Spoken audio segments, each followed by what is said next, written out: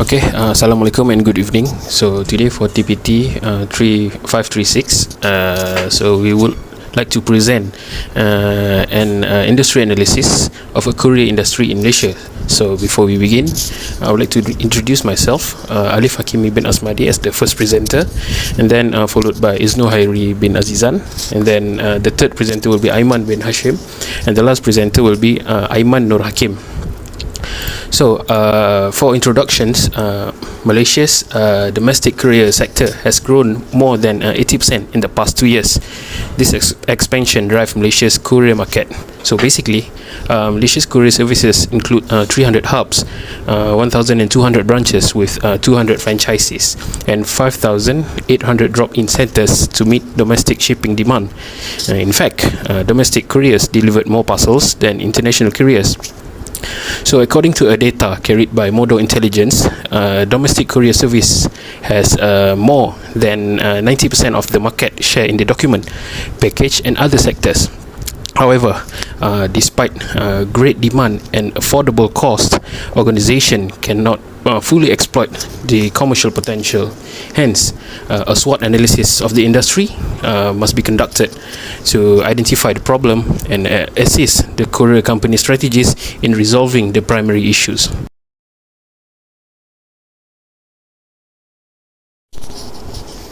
Alright, for strength, so basically technology is one of the Malaysia's courier industry's fundamental strength, and Malaysia's courier industry is changing due to technology driven business process improvement, and this transition is due to the new technology from artificial intelligence to blockchain, big data to robots, and courier and transportation companies are using new technologies as effectively and efficiently as possible.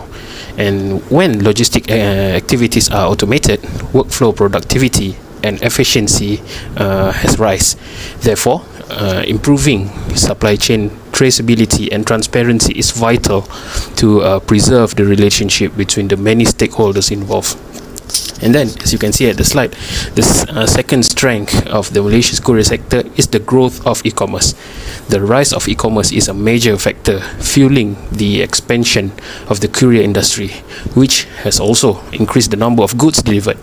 The number of shipment delivered and received has been tripled with internet buying. Online shopping in Malaysia is growing quickly and might become one of the largest in Southeast Asia. At this stage, its expansion outpaces the region's established markets. In fact, this was clear long before the pandemic had a significant effect. So, for weakness, I will hand over the presentation to Izno Hairi. Thank you, Alif, for his brief summary of strength. I will now explain weakness. Our domestic courier business, which forms the basis of the majority of industries, is rife with flaws and difficulties. One of the biggest weaknesses in our homegrown courier service is the shortage of truck drivers.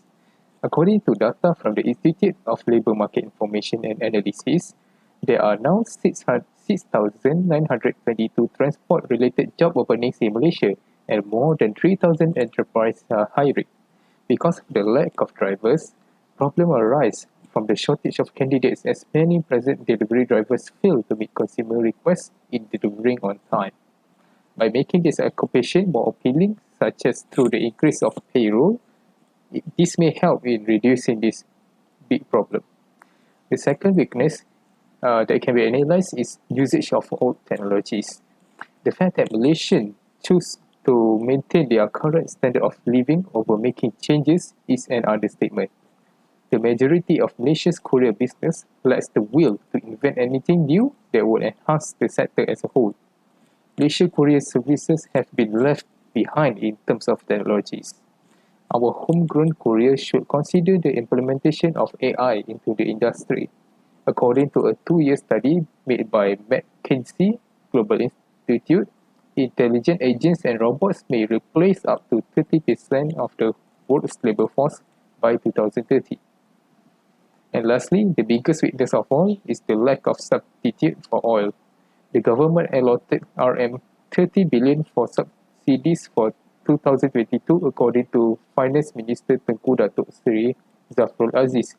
But he expressed worry that the entire cost will be 77.3 billion, of which gasoline subsidies alone will cost 37.3 billion. The higher gasoline prices have a significant impact on the courier sector since it depends so significantly on the use of automobiles. The courier business will soon cease to exist without a steady supply of fuel, since petroleum is not renewable.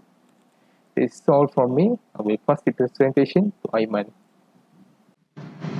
Thank you, Isno Hairi, for the explanation. My name is Muhammad Aiman bin Hashim. I will continue about the opportunity. If you look at the first point, increase in online purchasing. As we know, the market is anticipated to increase around 10% from 454.5 billion ringgit in 2020 to around 736 billion in 2025. Customers have embraced online shopping compared to the physical shopping and enjoy the reward that given by the courier company of the low or even the free delivery for the product has been ordered. The increase in online purchasing giving the opportunity for the courier company in Malaysia to grow their business. And there are now around 122 players in this industry, make it extremely competitive for homegrown courier. However, the market is expected to give the continuous price battle. If you look at the second point, improve competencies. Based on the MCMC, Malaysian Communication and Multimedia Commission, there are a package that has been provided by them. It's called National Courier Accelerator Plan. What actually have in this package?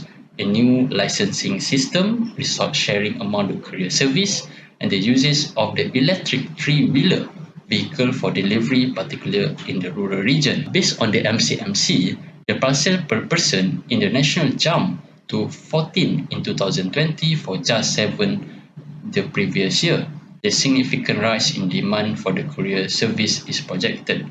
The industry now has the chance to update its operational system, digitalize its business, and boost effectiveness, efficiency, and also resilience. If you look at the third point, provide job security based on the courier market at the CAGR of the 10.4% during 2020 and 2025 in Malaysia, on-demand delivery that given the opportunity for our homegrown courier to grow their business. Why? Because the customer has been expected to choose the day and time of the both pick-up and delivery. Best time to go digitalize and expand the business to support and meet the demand from the customer that are able to compete the big company like DHL. This is also provide the job security for our local that give the opportunity for the business and staff to grow.